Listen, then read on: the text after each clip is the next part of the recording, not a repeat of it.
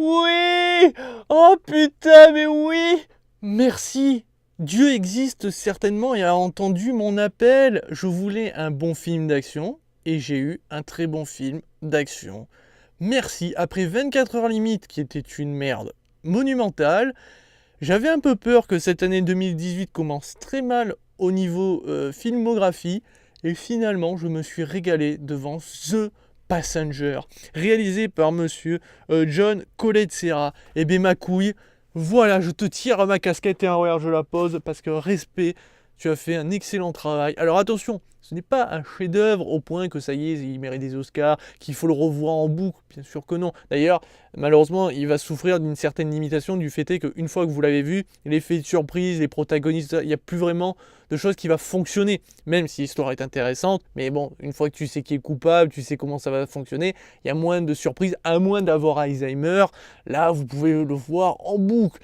Mais sinon, c'est vrai que par exemple, une personne comme moi, vu que je me souviens très très longtemps les films que j'ai vus, il suffit que je relance le film et je vais dire ah ben oui ben c'est comme ça, c'est comme ça, il y a moins d'effets de surprise, mais ça veut pas dire que ça ne fonctionnera pas plusieurs fois sur certaines personnes, mais ça sera plutôt un film qu'on verra une fois et il faudra attendre un petit peu de temps avant de le revoir. C'est pas un film qu'on peut revoir en boucle, je pense, sincèrement. Au niveau des acteurs, nous avons un acteur, uniquement un acteur principal. C'est lui qui sera la star, on le verra du début jusqu'à la fin, c'est Liam Neeson qui incarne Michael. D'ailleurs, ça devait être son dernier film d'action, enfin, en tout cas, l'un de ses derniers, il avait dit qu'il, comme beaucoup d'acteurs très souvent qui disent ouais, c'est mon dernier film d'action, je vais arrêter. Mais apparemment, ça lui a redonné l'envie de continuer dans les films d'action. Ça veut dire qu'il allait pas arrêter les films, mais c'était surtout les films d'action. Mais apparemment, il aimerait bien en refaire un ou deux de temps en temps. Donc les trois acteurs que je vais citer là en dernier, ils sont importants en fait. Mais vous les verrez 1 à 2 minutes à tout péter. Il y en a qui ont 2 scènes, mais ils sont importants. Enfin, en tout cas, surtout 2. Donc, Vera Farmiga et Patrick Wilson. Et l'autre, c'est juste parce que ça fait plaisir et c'est dommage qu'il ne soit pas plus exploité. Sam Neill. Alors, c'est parti mon kiki. Donc je vais essayer de raconter l'histoire sans spoil bien entendu, mais juste vous donner le début pour vous donner peut-être l'envie d'aller le voir. Donc on suit Michael dans sa vie de tous les jours. Cet homme est comme vous et moi, et comme beaucoup d'entre vous certainement, un homme qui a un métier, on va dire, basique. Je crois que si je me rappelle bien, il travaille dans les assurances vie. Et du coup, il a une routine, ça veut dire qu'il se lève toujours à la même heure, il prend toujours le même train, il fait toujours la même chose, une routine comme beaucoup la vivent malheureusement, c'est triste, c'est comme ça.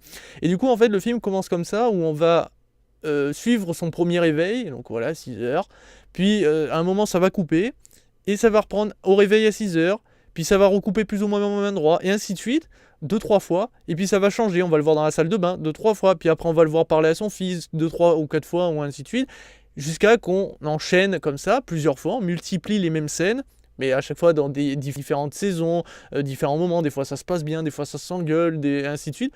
J'ai trouvé ça extrêmement intéressant, parce que là, le but, c'était pas forcément qu'on s'attache au personnage, mais c'était de nous faire comprendre que ce personnage-là qu'on va suivre, c'est vous et moi, c'est n'importe qui. Ce n'est pas un ancien agent du KGB, un espion, un ancien ex-militaire tellement surdécoré que voilà, le mec c'est une machine à tuer comme dans Taken un petit peu. Non, c'est vraiment un mec lambda qui a eu plusieurs métiers, mais qui l'a pas rendu surhumain. Donc c'est vraiment un mec, voilà, après il sait un peu plus réfléchir que la moyenne, il sait reconnaître ceux qu'il a déjà croisés ou non, mais c'est pas un surhomme, et c'est ça qui fait plaisir.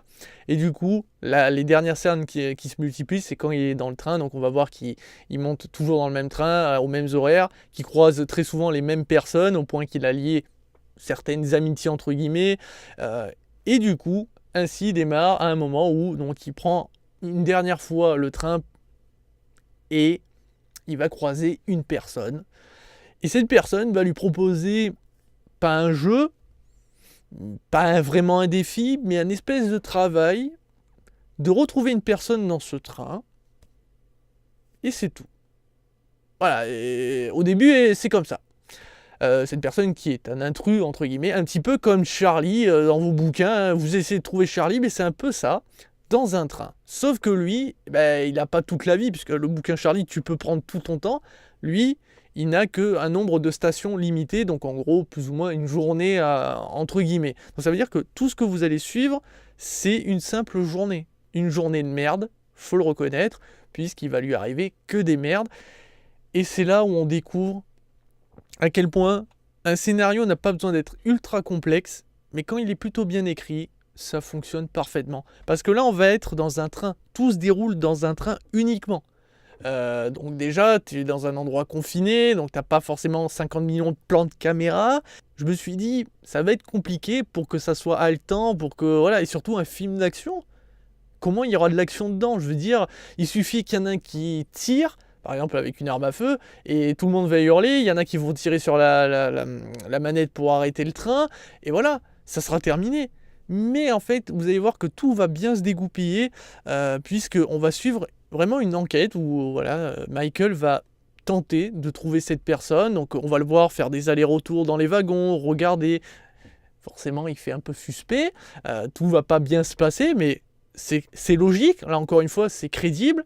Et parce qu'en fait, dans ce film, tout ce qu'on voit, ben, c'est crédible. À part un moment à la fin où Michael va se sortir d'une situation d'une manière quand même assez vénère. On peut dire qu'il a une chance de cocu, il a le cul bordé de nouilles. Mais alors là, il est tellement bordé qu'il peut jouer à Euromillions direct. Faut reconnaître qu'il est plutôt chanceux. Mais sinon, à part ça, tout ce que vous allez voir dans le film, eh ben, c'est vraiment crédible. Les gens qui commencent à s'inquiéter en voyant une personne regarder à droite à gauche, de faire des allers-retours. Les combats, parce qu'il y a un peu d'action quand même. Il y a, je crois, 2 combats à main nue. C'est un mec qui va s'en prendre plein la gueule, mais tellement plein la gueule que t'as mal pour lui. Parce qu'en fait, encore une fois, c'est vous et moi. Bon, après, il y a parmi d'entre vous, certains savent se battre. Hein, moi, je me ferais retourner telle une chaussette. Je serais encore pire que lui. Je me prends une mandale, c'est fini. Moi, tu m'as tué. Mais voilà, ça montre que c'est un mec normal qui, ben, il essaye de se défendre, il essaye de se battre, mais du mieux qu'il peut, même s'il a des coups quand même, tu te dis, ah, le mec, il a appris certaines choses, certainement dû à son d'anciens métiers, mais là, encore une fois, crédible, ça fonctionne, et les coups ne manquent pas d'impact, franchement, c'est bien chorégraphié, et tu te dis que dans un espace aussi confiné, ben, c'est bien filmé, c'est que tu suis l'action, ça se déroule bien, c'est fluide, ça cut pas n'importe quand. Il y a des très beaux effets de lumière, mais comme on est dans un train, il n'y a pas trop souci de ce niveau-là. Donc non, pour moi, la réalisation, elle est aux petits oignons. Elle fonctionne par rapport à ce qu'on demande au film. On est proche d'un Taken, je trouve, après à vous de voir. Côté humour, alors, il y a de l'humour. Et franchement, je crois que ça arrive qu'à la fin. Il y a 3 vannes à tout péter. Et en fait, c'est un mec qu'on voit un petit peu au début, qui drague un petit peu les gonzesses. Voilà, c'est le mec qui vérifie si vous avez les tickets de transport. Et à 2 moments, il te sort une phrase comme ça, naturelle.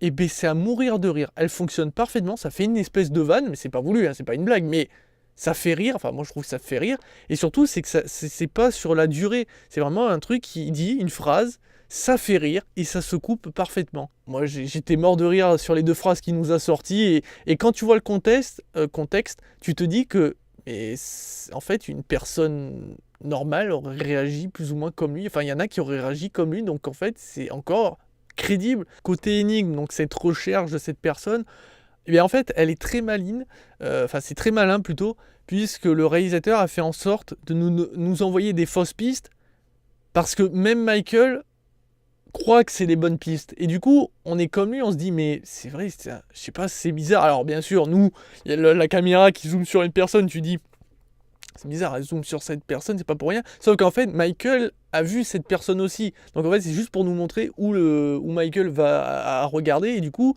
on est comme lui, on se dit, mais c'est bizarre. Il est louche. Et à plusieurs reprises, il est facile de tomber dans le panneau. Et ça, j'ai trouvé ça formidable. C'est la première fois qu'un film, enfin l'une des premières fois qu'un film a réussi vraiment à me laisser perplexe et à me questionner jusqu'à la fin. Après, pour les plus géniaux, hein, ceux qui sont des génies, ils vont arriver, ils vont faire « Oui, le coupable, chez lui !» Et voilà, bien sûr. Mais moi, avant la fin, je me suis dit « Et si le coupable, c'était pas celui-là, là ?» Ah, eh oui, c'était lui. Mais ça fonctionne. Et c'est ça qui est important, ça fonctionne. Et pour terminer, question crédibilité, quand je parlais de crédibilité, je veux dire, bon, il y a un moment, il y a un ou deux passages, je crois, à tout péter. Là encore une fois, en fait, c'est un film où t'as une ou deux actions, pas plus, c'est pas du début. Voilà, tu as principalement de l'énigme, de la recherche en fait. C'est l'enquête qui est principale. L'action arrive une fois de temps en temps, même si au final, le gros final, là, ça pète de partout. Là, il y a grosse action de la mort qui tue, mais c'est à la fin. Là, on envoie le tout. On va terminer en beauté. Et là, je dis oui. Mais côté action, donc il y a un moment, il y aura des armes à feu. Et on pourrait se dire, mais je veux dire, il y a des mecs qui tirent dans un train, même s'il n'est pas ultra bondé, les gens vont l'entendre. Alors après, je sais qu'il y a suivant les trains, ça fait beaucoup de bruit, surtout qu'on est dans un train de banlieue, donc c'est pas des trains comme au jour. Enfin, pour les plus neufs, c'est des vieux trains, donc ça doit faire énormément de bruit. Donc des coups de feu, ça peut paraître possible de ne pas les entendre, mais le film a fait en sorte de rendre ça crédible avec certaines scènes que vous verrez. Je ne les spoilerai pas, mais enfin, voilà, il y a peut-être une ou deux scènes qui peuvent être un petit peu tirées par les cheveux. Tu dis que le mec il s'en sort quand même de manière, voilà, comme je disais, cul bord des nouilles, c'est vrai. Mais sinon, globalement, tout est crédible et tout fonctionne avec une petite musique, voilà, elle m'est pas restée en tête, mais je trouve qu'elle colle au passage.